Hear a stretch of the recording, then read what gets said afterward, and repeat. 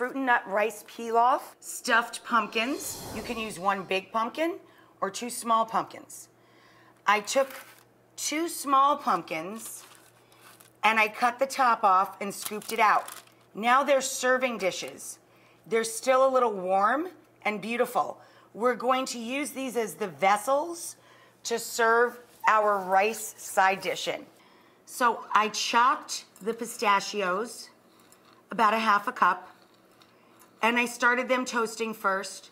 Then I added the pine nuts, and I let them go until the pine nuts were golden. And then you cool them. So this is now 1 cup of a combo of pine nut and pistachio. For chestnuts, you have 2 options.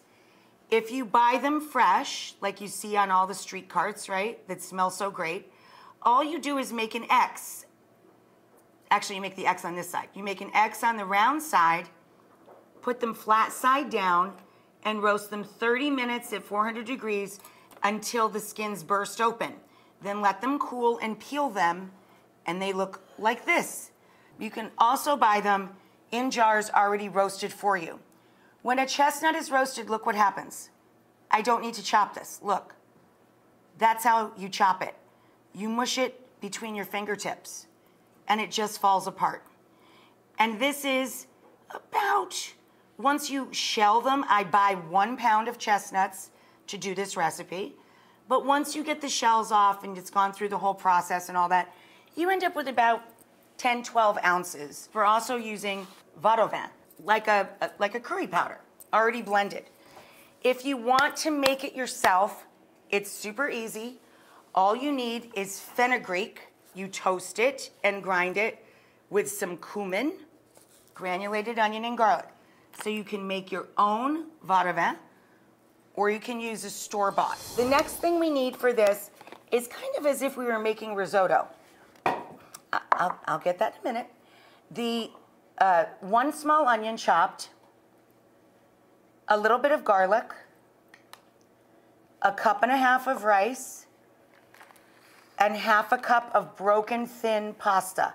I have an egg tagliolini. You can use vermicelli, a spaghetti, and you're gonna toast the pasta first, then toast the rice for a little less time. After we saute the onions and garlic, then we're gonna add the vin rouge and all of this stuff. I've toasted the broken pasta with a little bit of sauteed onion and garlic. I added the rice. The rice is toasted up about, 2 minutes or so now.